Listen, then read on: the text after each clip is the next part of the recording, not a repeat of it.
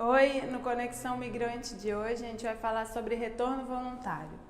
A gente vai conversar com o Luiz Carrasquinho, da Organização Internacional para as Migrações. Ele é coordenador do programa Árvore.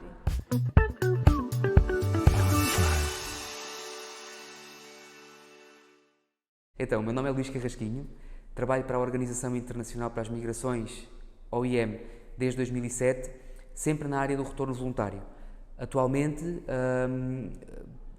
sou o coordenador deste projeto, que é o projeto Árvore 8, Árvore Apoio ao Retorno Voluntário e à Reintegração, e para além de acompanhar e de coordenar este projeto, sou também responsável, o ponto focal, por aquilo que é a questão da vulnerabilidade no contexto migratório, sobretudo na área do retorno voluntário assistido, e também a dimensão de trabalho na área do tráfico de seres humanos.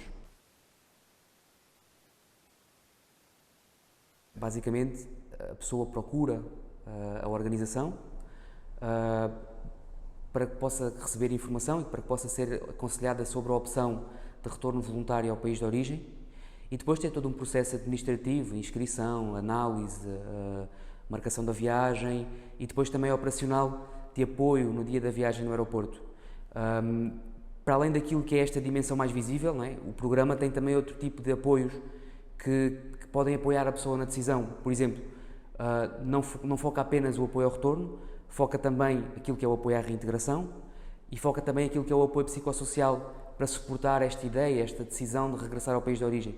Mas na sua essência o funcionamento é bastante simples, passa por uma fase de inscrição, uma fase de análise e uma fase operacional de regresso. O projeto Árvore, na realidade, como nós o conhecemos atualmente, tem a sua gênese em 2009. Foi criado em 2009 no âmbito do programa Quadro Solid, que era uma linha de financiamento plurianual promovida pela Comissão Europeia para financiar projetos na área das migrações, incluindo a área do retorno. Mas na realidade o programa de retorno voluntário existe desde há mais tempo, não é? Existe desde 1997. 1997 foi a altura em que foi assinado o primeiro programa, o primeiro protocolo operacional, digamos assim, com o Estado português, que criou um projeto piloto e que foi depois renovado em 2001. Desde 97 que este programa tem uma intervenção ininterrupta e um funcionamento sempre contínuo. Mais recentemente, através deste projeto Árvore, que acaba por ser cofinanciado pelo Fundo Asilo, Migrações e Integração e pelo Serviço de Estrangeiros e Fronteiras. Mas, de facto, como nós o conhecemos atualmente, Árvore, Apoio ao Retorno Voluntário e à Reintegração, existe desde 2009. Todos os migrantes, independentemente de estarem em situação regular ou irregular em Portugal, que sejam nacionais de países terceiros, ou seja, não podemos apoiar no programa pessoas que sejam nacionais de países da União Europeia. Teoricamente, todos os cidadãos nacionais de países que não sejam da União Europeia podem beneficiar do programa de retorno voluntário. De facto, a comunidade brasileira é a mais representativa no contexto do programa de retorno voluntário. Rondará os 90%, mais coisa, menos coisa. Não é algo recente, não é? É algo que nos acompanha desde há bastante tempo no contexto do programa de retorno voluntário. Mais alto ou mais baixo, mas nunca abaixo dos 75% e nos anos recentes sempre acima dos 80%. Portanto, é uma realidade com a qual lidamos, digamos assim, diariamente. O perfil, considerando aqui os dados das pessoas que regressaram o ano passado, falamos sobretudo de mulheres adultas que regressam no contexto do agregado. Portanto, existe uma dimensão e um peso bastante grande daquilo que é o agregado, ou seja, não é o regresso individual, é o regresso muitas das vezes de famílias com filhos, ou de famílias monoparentais com filhos. Falamos de uma experiência migratória de curta duração, pessoas que estão aqui há relativamente pouco tempo em Portugal. Frequentemente este regresso faz-se no ano em que a pessoa chega a Portugal ou no ano imediatamente a seguir. Situação de irregularidade. A grande maioria das pessoas está em situação irregular em Portugal, muito por força também daquilo que é a presença da comunidade brasileira, porque vêm com a isenção de visto, passa o período dessa isenção de visto e ficam em situação irregular, não têm autorização de residência, então à data da inscrição estão muitas vezes em situação irregular.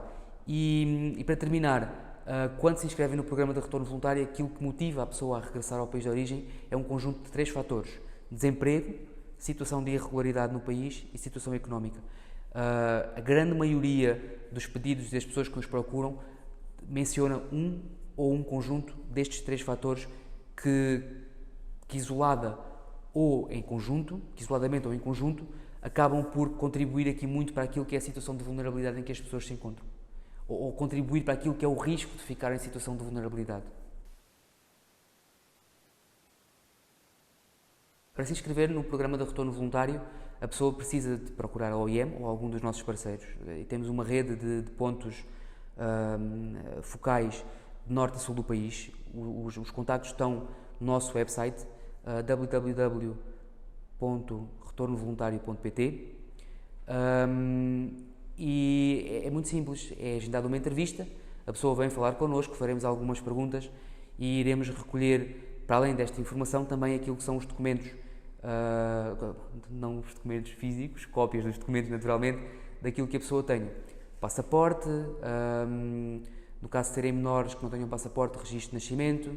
Precisamos também de documentos que comprovem a filiação, tenham o nome do pai, tenham o nome da mãe, a autorização de residência se a pessoa tiver. Se for um caso, por exemplo, de saúde, é importante também termos acesso àquilo que possam ser relatórios médicos, que possam consubstanciar este estado de saúde e aquilo que é preciso prever neste retorno em matéria de assistência específica. Enfim, o programa, o acesso, a inscrição, a recolha de dados é completamente confidencial. Nós temos muito cuidado com aquilo que são os dados das pessoas e aquilo que é a informação que recolhemos no programa de retorno voluntário. Portanto, aquilo que queremos também dizer é que é um espaço seguro, é um espaço em que a pessoa pode sentir-se segura, que o objetivo não é recolher informação para partilhar com terceiros, é efetivamente recolher informação que nos permita apoiar através aqui do programa de retorno voluntário. Aquilo que nós habitualmente dizemos às pessoas e que resulta um período médio calculado em função do apoio que é dado, é que um processo poderá levar entre 1 a 3 meses, desde o momento da inscrição até o momento em que a pessoa regressa. Agora, obviamente, pode ser menos em casos urgentes em que a resposta e a análise é concluída rapidamente, pode ser mais se houver elementos nesta análise que precisam de mais tempo para ser concluídos.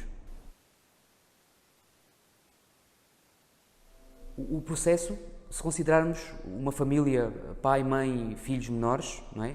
Independentemente de serem casados de facto ou de viverem em união de facto, este tipo de processos são sempre registados em conjunto, sempre. Outros casos de família alargada, ou em que temos uma família alargada com outros membros que não aquilo que disse há pouco, não é? Aí precisamos de ver o caso em concreto, qual é o vínculo, e como é que efetivamente vamos registar este processo. No caso dos adultos, é sempre feita uma análise individual e no caso dos menores, incluídos no agregado também.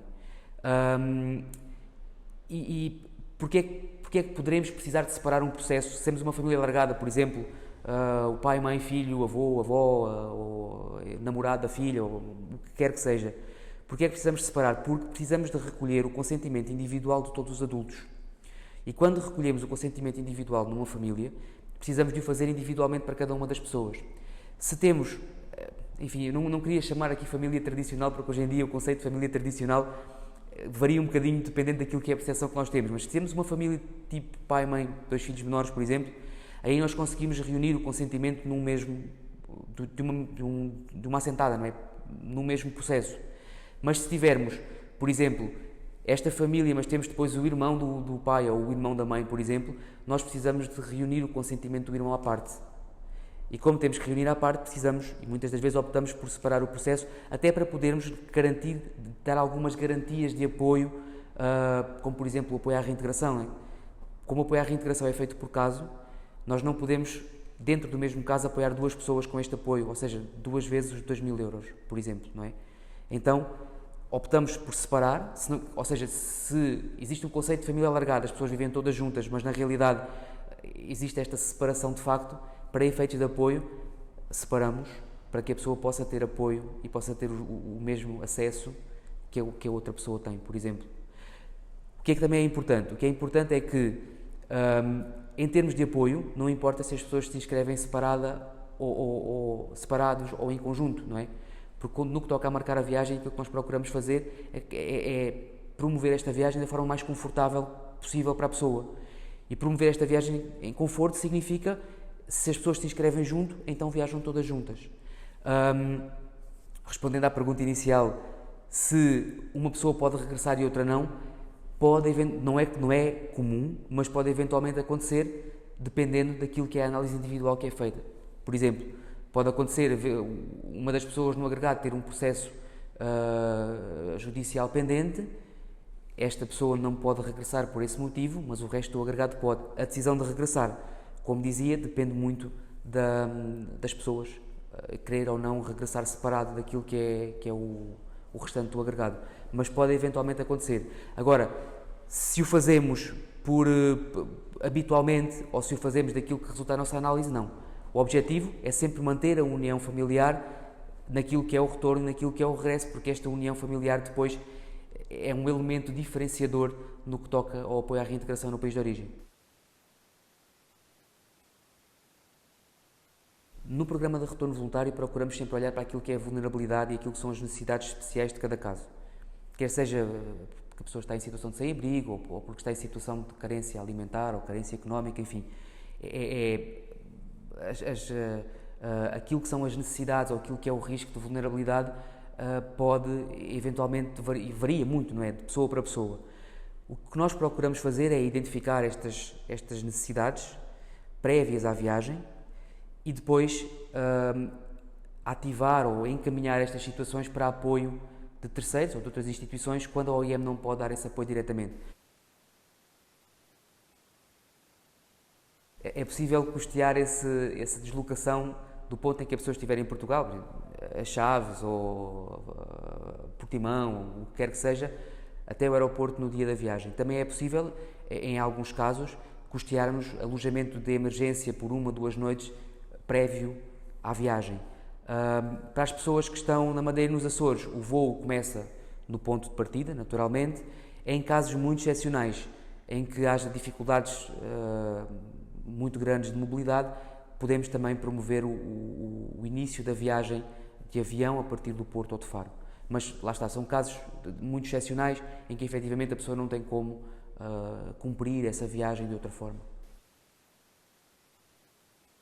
Pode fazer uma de duas coisas, ou procurar um dos nossos parceiros e contactá-lo e agendar uma entrevista para informação, aconselhamento e entrevista.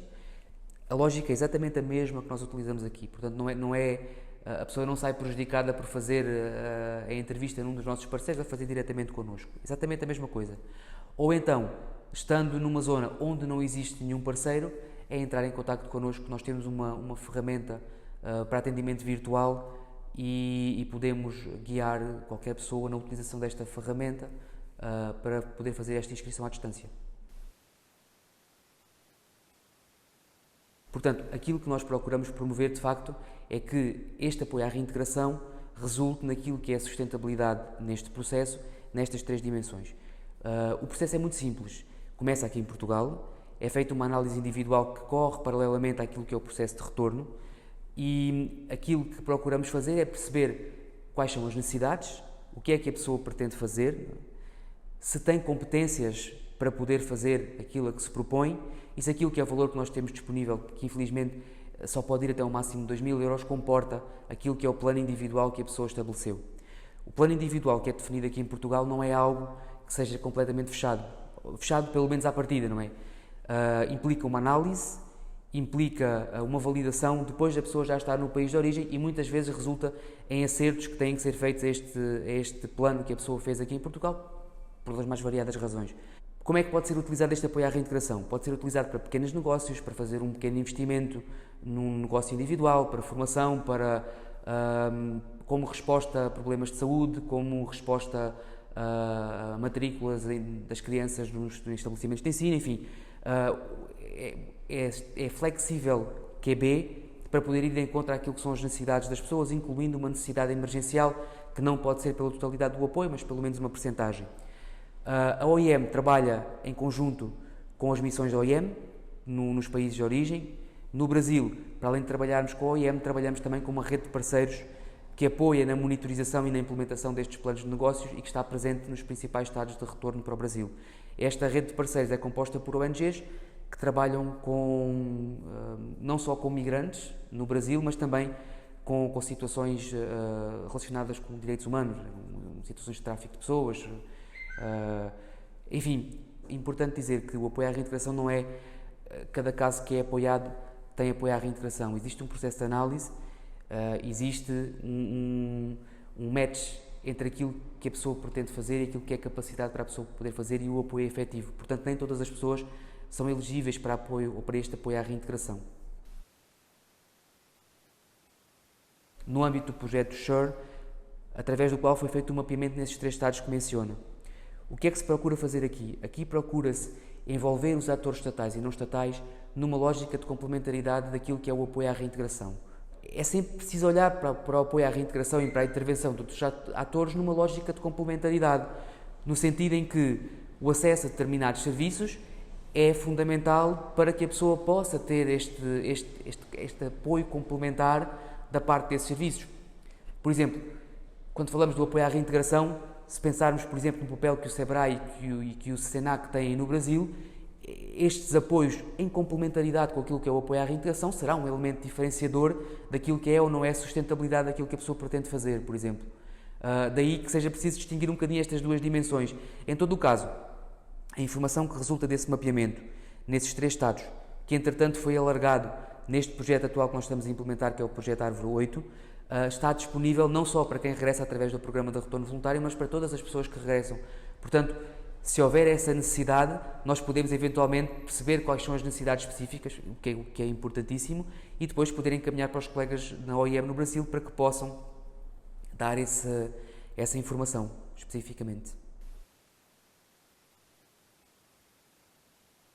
A questão do contexto de vulnerabilidade em que as pessoas se encontram no país de origem e isso ser um motivo para o processo migratório não é algo que nós consigamos verificar no contexto do programa de retorno voluntário. Obviamente, e se falarmos sobretudo da comunidade brasileira, existe uma dimensão económica subjacente, são migrantes económicos que vêm para tentar uma vida melhor, para ganhar algum dinheiro, o que quer que seja, e subjacente a esta dimensão económica existem sempre outras questões. A questão, por exemplo, a questão da violência, que é uma questão sempre recorrente e não tanto da violência, mas a questão da segurança, digamos assim. Eu acho que nós costumamos ver a coisa um bocadinho por oposição. Depois, também a questão de acesso aos serviços.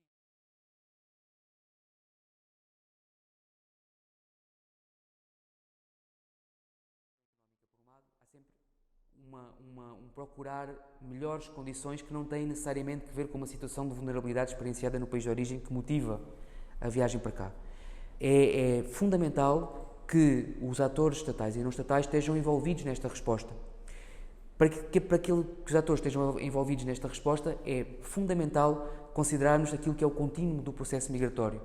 Frequentemente, consideramos que o processo migratório é ir de um ponto A para um ponto B.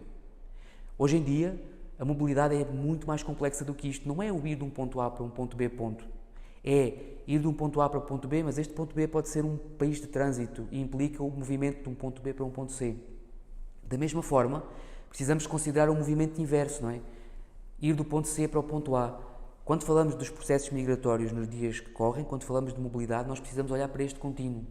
Que temos um processo de migração, temos um processo migratório, mas temos também um processo de retorno. E esta migração de retorno é fundamental na definição das políticas e na definição daquilo que são as respostas. Porque só assim conseguimos, desmistificar aquilo que retorno significa, 2, conseguimos promover políticas que sejam realmente iguais e igualitárias para todas as pessoas e naquilo que é o acesso que essas pessoas possam ter a essas políticas. E quando falamos da dimensão retorno, não falamos única e exclusivamente de retorno voluntário assistido. É uma das dimensões, mas temos também a dimensão do retorno forçado. Então, quanto mais abrangentes e quanto mais igualitárias forem estas políticas, mais elas servem aquilo que são as pessoas que regressam no mesmo pé de igualdade com as pessoas que lá estão.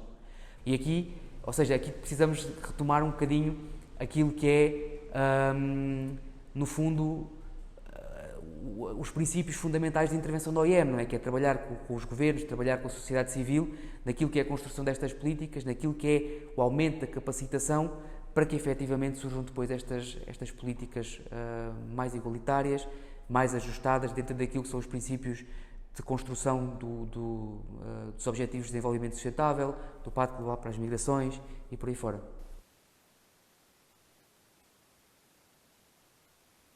Essa é uma das alterações que foi introduzida na última revisão legislativa em Portugal no que diz respeito à lei de estrangeiros.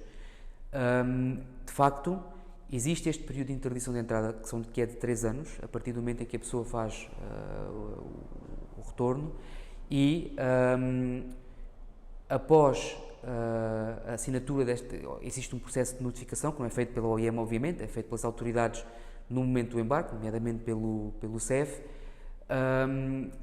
É registada esta medida, que atualmente é registada não só em Portugal, mas em todo o espaço Schengen. Portanto, o período de interdição de entrada de 3 anos aplica-se não só a Portugal, mas a toda a União Europeia e espaço Schengen.